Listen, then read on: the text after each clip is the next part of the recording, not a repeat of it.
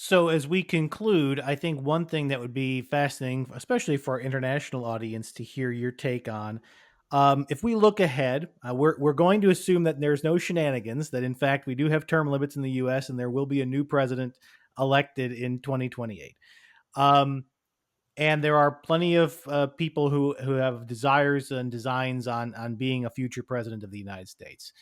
If one of those candidates, regardless of party, came to you for your counsel and advice, given everything we've talked about today, and they said, "Professor, I would love, your counsel, your guidance on what's the most important thing that the United States should focus on in a next administration, given this likely move to a multipolar world." What would you counsel that person from a purely policy, no politics in this, just from a pure policy perspective, looking at the arc of history, thinking about economics, thinking about societal, what would you want them to focus on? I would I would say that the most important thing to focus on is the home front, in the sense that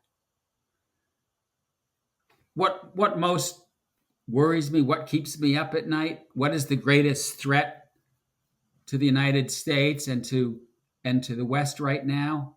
It's not Xi Jinping. It's not Vladimir Putin. It is not an Ayatollah here or an extremist there. It's us. It is the prospect uh, of this great experiment in liberal democracy either failing or stumbling for generations to come.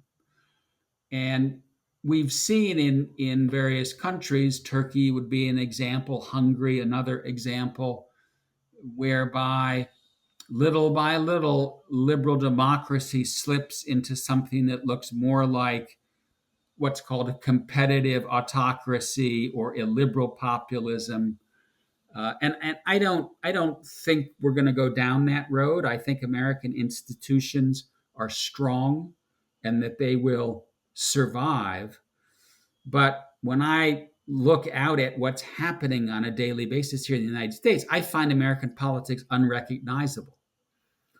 And as a consequence, for me, the first, second, and third, fourth, fifth priorities are getting America's house in order, rebuilding the strength of its liberal democratic institutions, figuring out the future of work in the digital age, figuring out what kinds of policies we need to regulate the deployment and development of AI, which will be central politically, socioeconomically, in terms of American foreign policy.